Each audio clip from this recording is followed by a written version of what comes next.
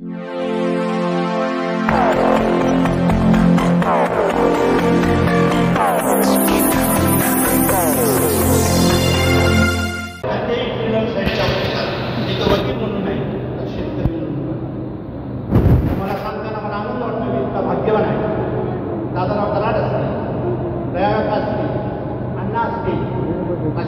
असतील ज्यांचा दिवस रात्र शेतामध्ये गेला, या सगळ्याच्या सहवासात राहण्याचं भाग्य मला मिळालं, त्यांच्या अंगावर फिरण्याचं भाग्य मला मिळालं असं. आणि माझ्या वडिलांचा सगळ्यात जवळचा दोस्त कोण असेल तर दादाराव कराड. दादाराव कराडचा सगळ्यात जवळचा दोस्त कोण असेल तर हरिश्चंद्र जाधव. कितीही 150 वर्षांची दोस्ती आहे. आणि म्हणून या ठिकाणी येताना मला आनंद वाटतो. ते युनिट उभा केल्यावर मला आज एक गोष्टीची जाणीव झाली. हे लोकांचे चेहरे बघितले आणि एक जाणीव झाली की परवा 17 सप्टेंबर मराठवाडा मुक्ती आंदोलन झालं. लोकांच्या चेहऱ्यावर आनंद झाला. तसंच त्यांनी राजेशने सांगितल्याप्रमाणे एक मोठा पैलवान 40-45 वर्षाचा या ठिकाणी काम करत होता. आणि ऊस म्हणलं की लोकांचा चेहरा पडायचा, बोलायचं नाही. त्या पैलवानाशी गेली 30-40 वर्ष आम्ही धांगडधिंगा केला. परंतु सांगतो आज लोकांच्या चेहऱ्यावर आनंद एवढा आहे, चला नाही हरकत नाही, कोणी माझा ऊस नेला, माझा राजेश मालकाचा कारखाना तयार आहे, इच्छाची ठोक सांगण्याचा शेतकरी स्वतंत्र झाला आहे, एवढं काय माझा कारखाना. आणि त्याची धसकी एवढी घेतली की कारखान्याच्या इतिहासामध्ये सुरुवातीला लगे भाव डिक्लेअर करण्याचा भाव म्हणजे कमाल आहे.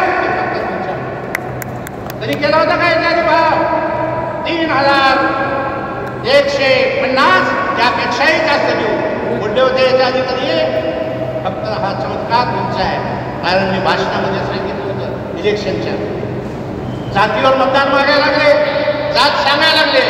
त्यावेळेस मी सांगितलं होतं रमेशापाची जात तुमची आणि रमेश बळवंत जाधवची जात तुमची, आम्हा दोघांची जात एक आहे, शेतकरी आहे, आमच्या काळामध्ये तुळशी माळ आहे. म्हणून या शेतकऱ्या जातीच्या आमदारानं जर काय केलं असेल तर हा कारखाना उभा करून शेतकऱ्याची मान सन्मानाने उभा टाकली पाहिजे. माझ्या मनामध्ये काय मला उंचायचं मी दबून राहत असेल तर तो दबून राहायला नाही पाहिजे, शेतकरी झुकून राहायला नाही पाहिजे. शेतकऱ्याच्या दरवाज्यामध्ये प्रत्येक कारखानदाराने हात जोडून तुझा ऊस मला दे हे म्हणायला पाहिजे. या शेतकऱ्याचं मान वाढवण्याचं काम रमेश आपला कराड आणि त्यांच्या फॅमिलीने केलं. या फॅमिलीमध्ये मला राहण्याचा प्रसंग फार आला. अण्णाभाऊ या कुटुंबाला मोठं करण्यामध्ये, आमच्या शिक्षणामध्ये, त्यांच्या शिक्षणामध्ये माझ्या वडिलांचा हा एखादा संगम आहे. आम्हाला पुढे घेण्यामध्ये, माझ्या बहिणीचं पुण्यामध्ये शिक्षण करण्यामध्ये, माझा भाऊ अर्जुन याला पुण्यामध्ये देण्यामध्ये अण्णाभाऊचा सिंहाचा वाटा. या दोन कुटुंबानं मिळून हे जे उभा केलेलं आहे हे युनिट अत्यंत चांगलं. आणि राजेश मला एक गोष्ट त्यांच्यापेक्षा एक कोणता भाव करतो त्याच्या काय आपल्याला काही जमत नाही. त्यांनी चोऱ्या करतात, आपण चोऱ्याच करायचं नाही, आपल्याला भाव जास्त देऊ. एवढ्या वर्षाचं माझी इच्छा आहे त्यांच्यापेक्षा एक लाभ, 1 रुपया भाव जास्त द्यायचा, दाखवून द्या त्यांना पळायला घाम काढा.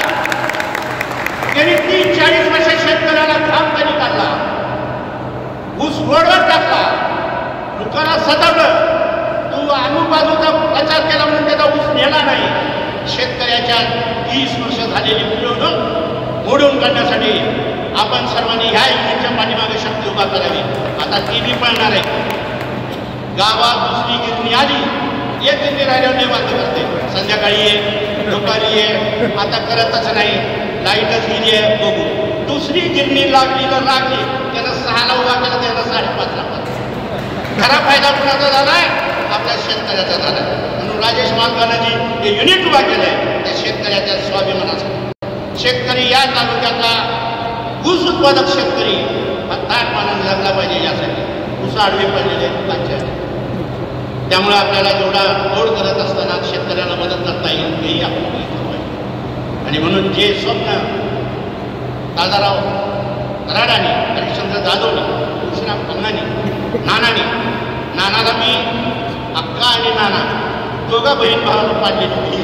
मी स्वतः अनुभव घेतलेला. इतके कष्ट करणारा व्यक्ती, सतत शेतात राहणारा, शेतीला सर्व दैवत मानणारा नाना या आपल्या घरामध्ये आहे. आपलं वैभव आहे.